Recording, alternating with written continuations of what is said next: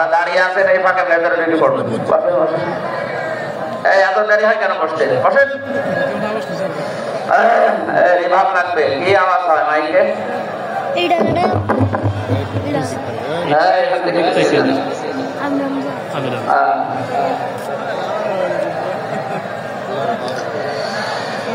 Alhamdulillahi rabbil masyriqaini wa rabbil maghribain alladzi khalaqa kulla shay'in zawjayn wa awjaba 'alaina al-ihsana bil walidain wa nashhadu an la ilaha illallah wahdahu la sharika lahu wa ashhadu anna Muhammadan abduhu wa rasuluhu sayyidul kaunain sallallahu alaihi wa ala alihi wa sahbihi wa atba'ihi ajma'in lailan wa naharan fit tarfain faqad qala Allahu ta'ala fi kalamihil majid wa qur'anihit tawhid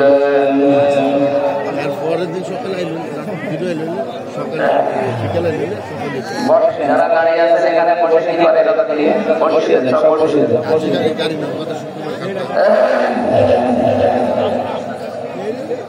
জবান ছেড়ে পড়ে না। আউযু বিল্লাহি মিনাশ শাইতানির রাজীম। বিসমিল্লাহির রহমানির রহিম। والذين لا يدعون مع الله إلها آخر ولا يقتلون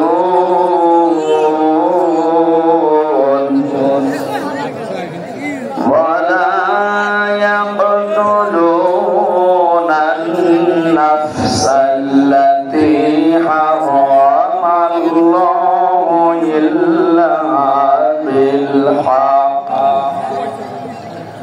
ولا يزنون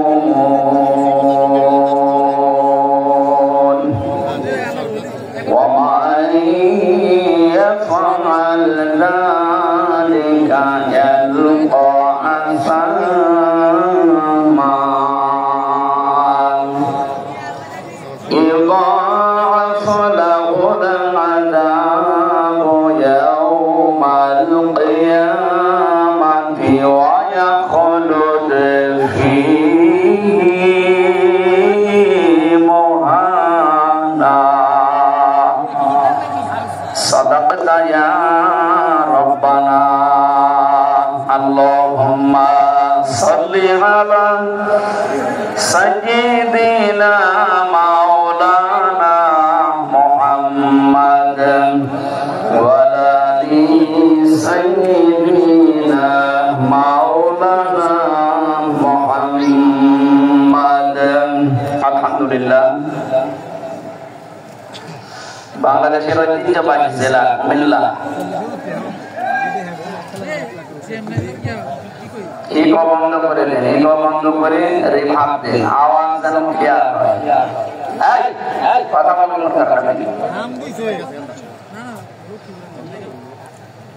কপাল খারাপ আপনাদের, বিভাগটা পাননি শুধু কুমিল্লা নাম হওয়ার কারণে।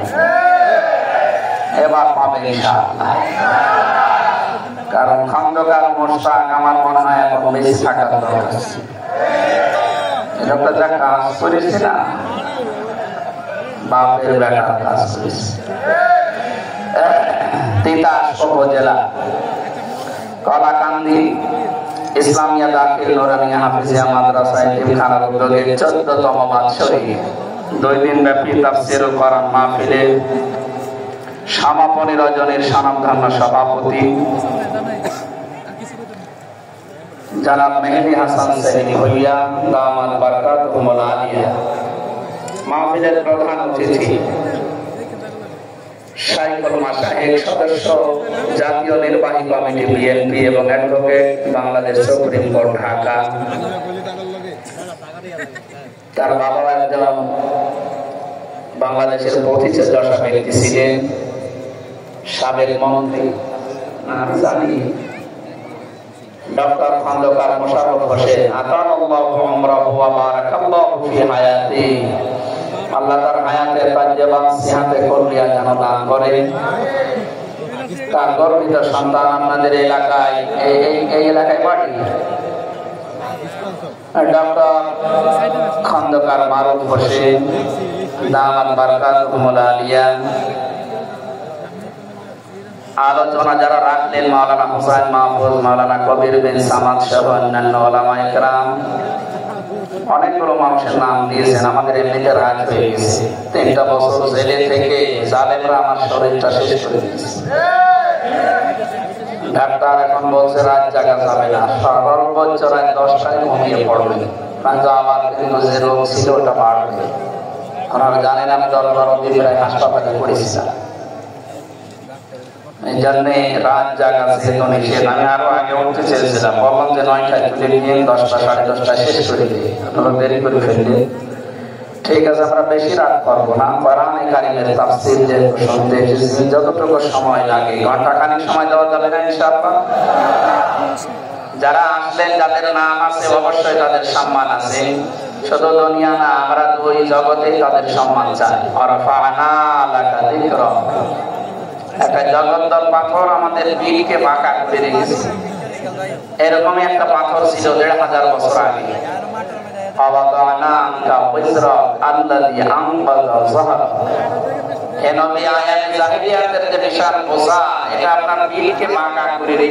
আমি কি এই পাথর এই বোঝা সরিয়ে দেইনি? এটা 1500 বছর আগের কথা। কতদিন বলেন বলেন?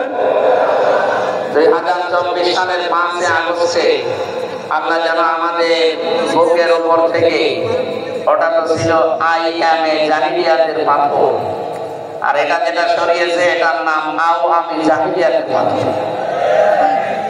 শব্দ দুটো প্রায় কাছাকাছি না? আইয়ামে আর আওয়ামী, ওদের কাজ কারবার প্রায় একই। ওই জামানায় যারা ছিল তারা 14টা কাজ করেছিল, ইতিহাস বলে। আর এই জামানায় যারা গেল, এদের প্রায় কাজ পেয়েছি আমরা 15টা। তার মানে ওদের চাইতে এক কাঠি বেশি। ওদেরকে যদি আপনি অন্ধকার বলেন, অন্ধতার যুগ বলেন, এই যে যুগ বানিয়ে গেল, পৃথিবীর ইতিহাস পাল্টিয়ে ফেলেছে। একবারে 350 এমপি পালিয়ে যায়, আমি দুনিয়ায় কোনোদিন শুনিও নি, দেখি তো নি। অথচ এবার দেখলাম দেশটা কত রসাতলে গেলে জাতীয় মসজিদের ইমাম পর্যন্ত পালিয়ে যায়। কি হয়েছিল মানে কি বলবো আর, বাবা শাহজালাল সব এই চলছিল। ইমামতি চলে যাওয়ার পরে আবার এসেছিল জোর করে নেওয়ার জন্য। কি ইমাম দেখেন, এত বড় একটা জালেমা, তারে নাম দিয়েছে কওমি জননী। মা হওয়ার যোগ্যতা আছে? যে মা হয়ে আর এক মাকে বাড়ি থেকে বের করে দেয়, সে কিসের মা? আপনার মানবতা বোধ নেই, আপনি শুধু হিংসা আর অহংকার দিয়ে চলতে। এমনি জানেন যে তার স্বামী নেই, তার একটা ছেলে হারিয়েছে, একটা ছেলে বাড়িতে প্রবাসে। এরকম কঠিন মুহূর্তে তার দলের লোকজন সব পালিয়ে জেলখানায় বিভিন্ন জায়গায় 17 বছর কাটাচ্ছে। এরপরও আপনি এরকম একটা বিধবা মহিলাকে বাড়ি থেকে বের করে দিয়ে, আবার বের করে দিয়ে যদি অনুতপ্ত হয় না, আবার বলছে বের করে দেবো, আমি নিয়ত করেছিলাম। মনে আছে নিয়ত পূরণ না করলে মান্যত আদায় হবে না। এরকম বিভিন্ন মান্যত করেই বসেছিল জোর করে ক্ষমতায়। সর্বশেষ মান্যতার পূরণ করতে দেয়নি। কি কথা বলেন না? সর্বশেষ মান্যত কে ছিল বলেন তো? 41 সাল। এই মান্যতার পুরা হয়নি, এর আগে আল্লাহ তাকে পাঠিয়ে দিয়েছে স্বামীর বাড়ি। না, স্বামীর বাড়ি বলা যাবে না, কারণ যার কাছে গেছে তার সাথে বিয়ে করা জায়েজ নেই যতক্ষণ উনি হাফাতা না হবে। উনি তো ফুল হাতা, আর আমরা কি এবার বলছে না কেন? যার কাছে গেছে সারা জীবন আমরা শুনছি এই 15.5 বছর, সে আমাদের স্বামী স্ত্রীর সম্পর্ক। আরে ভাই, ওর সাথে স্বামী স্ত্রীর সম্পর্ক হয় কি করে? সে ধর্মে আলাদা। যতক্ষণ পর্যন্ত কোন মুশরিক মুসলমান না হবে, কোন মুমিনা নারীর জন্য তাকে বিয়ে করা যায় না। প্রশ্ন আসতে পারে, হুজুর মুমিন না, মুমিন নাকি হাজি? তো এই কথা বলছে না কেন? এখন এই যে চট্টগ্রাম নেওয়ার জন্য আজ 4-5 দিন দেখছি ওরা বিভিন্ন কথা বলছে। আরে ভাই, আপনার কি যৌতুক চান? আর যৌতুক দেবো কি করে? মেয়ে তো পালিয়ে গেছে। কিসের যৌতুক নেবেন আপনি? আমাদের ধর্মে তো যৌতুক দেওয়াও যায়, নেওয়াও যায়। হিন্দুদের ধর্মে আছে, এই কথা বলে না কেন? সুতরাং আমরা মেয়ে পালানো মেয়ের বিয়ে মানিও না, যৌতুকের প্রশ্ন যেন না আসে। জোর করে যদি আপনি চোখ লাগান, পুরা চট্টগ্রাম না, শুধু 1 ইঞ্চি জমি এই দেশ থেকে কেউ যদি নিতে চায়, এই 18 কোটি মানুষ যদি সত্যি মারা যায়, 36 কোটি নিয়ে মরবে। এমনি এমনি ছেড়ে দেওয়া জাতি আমরা না, এই কথা বলেন না কেন? সুতরাং মেয়ে যেহেতু চলে গেছে, যেভাবে উল্টাপাল্টা করে থাকুক, বিয়ে যেন না করে। বিয়ে করলে তো সন্তান হলে তো সমস্যা হয়ে যাবে। মুসলমান নাকি অন্য জাতির, যদিও তার সন্তান কোনো বিরোধী এরকম। আপনি দেখেন নাম যা, আপনি বোঝেন পুতুল জয় কোন ধর্মের বলেন, আপনি নিজে বুঝতে পারবেন। তার আগের নামটা একটু আলাদা, পরের নাম যা বললাম। মুসলমান আর হিন্দুদের নাম জড়িয়ে জগা খিচুড়ি করে দিয়েছে, মানুষ যেন তো দুনিয়া বুঝতে না পারে। এই জন্য আবার যদি সেই বয়সে আবার আর একটা হয়ে যায় সমস্যা। এই জন্য বিয়ে যেন না হয়, দূরে দূরে থাকবে।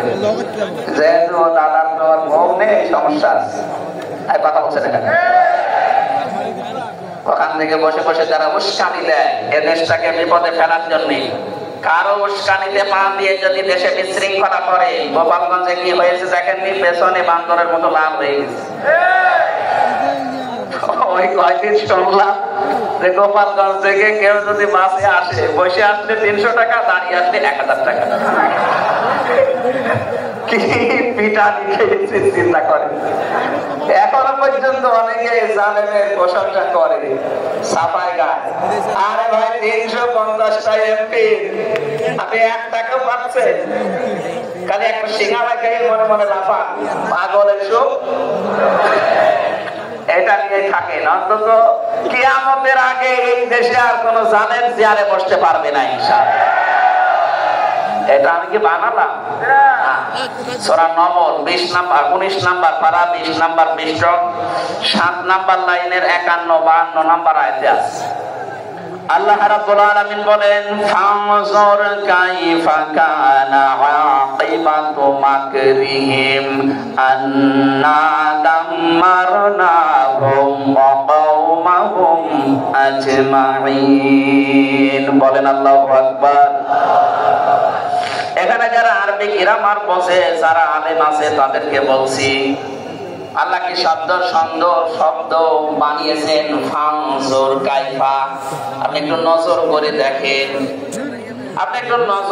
দেখেন, কেমন করে আকিবাতু মাকরিহিম, যারা ষড়যন্ত্র করেছিল এদের পরিণতি আমি আল্লাহ নিজে কি করেছি। সুতরাং যারা ষড়যন্ত্র করে, যারা অহংকার করে, যারা জুলুম করে, এদের টার্গেট নেয় আল্লাহ সরাসরি নিজে। এজন্য শব্দটা আন্না একালিকান আছে, ফাইল আল্লাহ নিজে। আল্লাহ পাক বলেন, আন্না দাম্মারনাহুম, আমি নিজে তাদেরকে ধ্বংস করেছি, তাদের বরবাদ করে দিয়েছি। দাম্মারনাহুম শব্দের ভেতরে 2টা অর্থ আছে। 1 নম্বরে তাদেরকে নিঃশেষ করে দেওয়া, 2 নম্বরে তাদের শিকড় কেটে দেওয়া। 15.5 বছরে কত গভীরে তারা শিকড় নিয়েছিল আপনি লক্ষ্য করেন। একেবারে দারওয়ান থেকে শুরু করে সংসদ পর্যন্ত প্রতিটা জায়গায় তাদের লোক সেট করা ছিল। আদালত প্রাঙ্গণে শুধু এই অ্যাডভোকেট সাহেব, যারা ব্যারিস্টার সাহেব, যারা দাঁড়ায় তো শুধু নামে, বাকি যা আছে সব ইউদের। আমি তো দেখেছি মিশনের নামে প্রহসন চলছিল। এই 3টা বছর আমার উপর দিয়ে গেল, আমার একটা ঠনক মামলা, অথচ কত বড় বড় ব্যারিস্টার দান করিয়ে কিছুই হয়নি, কারণ লাল দাগ মারা। এই ছিল বিচার। আর সারা দুনিয়ায় ছড়াতো যে আমরা ন্যায় বিচার কায়েম করছি। এইটা যদি একটা না, প্রত্যেকটা দিক আর বিভাগে তারা এরকম শিকড় কেটে রেখেছিল।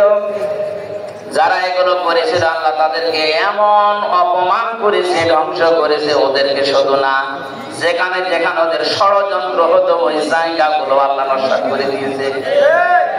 এরপরে শব্দ দেখেন, ফাতিল কাবয়ুতুহুম খাবিয়াতাম বিমা যালামু। আল্লাহ যেন আঙ্গুল দিয়ে ভাবে দেখাচ্ছেন, ফাতিল কাবয়ুতুহুম, এই সেই ঘরগুলো। কে বলছেন? আল্লাহ যেন নিজে হাত দিয়ে দেখাচ্ছেন, এই সেই ঘরগুলো খাবিয়াতান, জনশূন্য করে দিয়েছি, পরিত্যক্ত বানিয়ে দিয়েছি, বিমা যালামু, এদের জুলুমের কারণে। এটা যে কত বাস্তবে আয়াতটা। আমি আজকে ছিলাম নারায়ণগঞ্জের দিনের বেলায়, স্বামী ওসমান 72 রাকাত তাহাজ্জুদ পড়তো লোকটা। এত বড় ডাহা মিথ্যা কথা মানুষ বলে। আরে ভাই, তাহাজ্জুদের নামাজ 12 রাকাত, আপনি 72 রাকাত কিভাবে পড়েন? তার মানে পুরাটা মিথ্যা। সিটার ফজরের নামাজ পড়ে না, 72 রাকাত নামাজ পড়ে। ইসলাম নিয়ে আমাদের দাদা মামার বাড়ির জিনিস আন্দাজে এক ফতোয়া দিয়ে ওর বাড়ি ঘর দেখলাম আল্লাহ পরিত্যক্ত বানিয়ে দিয়েছে। শুধু এইটাই না, 630টা থানায় বাংলাদেশে, কম বেশি বিরাট থানায় আমি এই আগস্টের 5 তারিখের পর থেকে যাচ্ছি। যেখানে যাই দেখি জানেনদের বাড়ি ঘর সব উজাড় হয়ে গেছে। আমার কুষ্টিয়ার হানিফের বাড়ি যান, আপনি জাতীয় টয়লেট মনে হবে। একেবারে 5-6 জন একসাথে যাচ্ছে, কেউ এদিকে কেউ এদিকে কেউ এদিকে, 4-5 দিকে মেশিন বিড়ি কাজ করছে। এটা এমনি না। আমি 16 সালে একবার কাবা শরীফ তাওয়াফ করছিলাম। 7 চক্কর মারার পরে উপরে গেলাম, যে আমার পেটে ব্যথা করছে। এক পুলিশকে ডাক দিয়ে বললাম, ইয়া সাদেক তাল, এদিকে আসেন ভাই। আমি এতক্ষণ তো আমার ভালোই লাগছিল, হঠাৎ আমার পেটে ব্যথা করছে।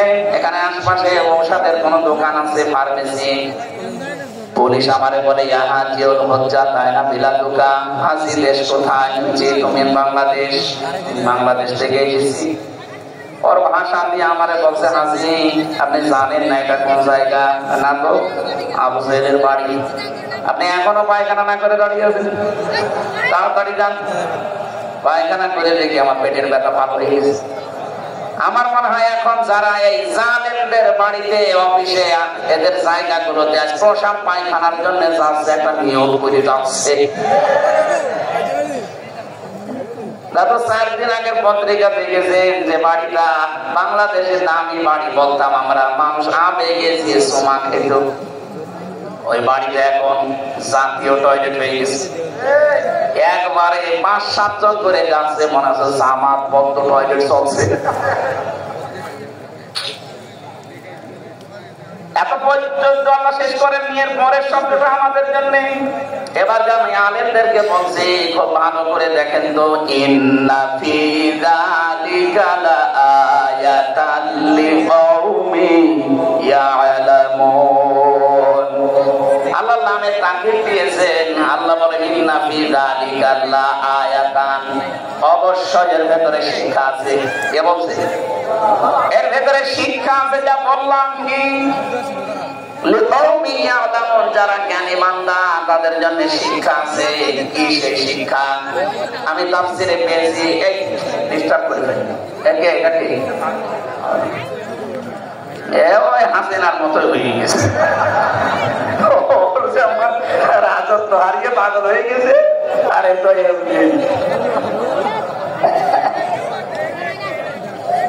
ইন্না ফি যালিকা লাআয়াতান লিকাউমিন ইয়ালামুন। আল্লাহ রাব্বুল আলামিন বলেন, এদের ভেতরে শিক্ষা হচ্ছে জ্ঞানী মানুষের। এত বড় বিশাল শিকড় গাড়া ছিল, তাদেরকে যদি আমি আল্লাহ শিকড় কেটে দিতে পারি, ফাকুতি আযাবিরুল কওমিল্লাযিনা যালামু, জালেমদের শিকড়কে কে দিয়েছে? কে? আল্লাহ বলেন পরবর্তীতে কেউ যদি এখন বাংলাদেশে আবার বসে ক্ষমতা, এরাও যদি জুলুম করে তাদের বাড়ি ঘর কিন্তু পরিত্যক্ত করে দেব।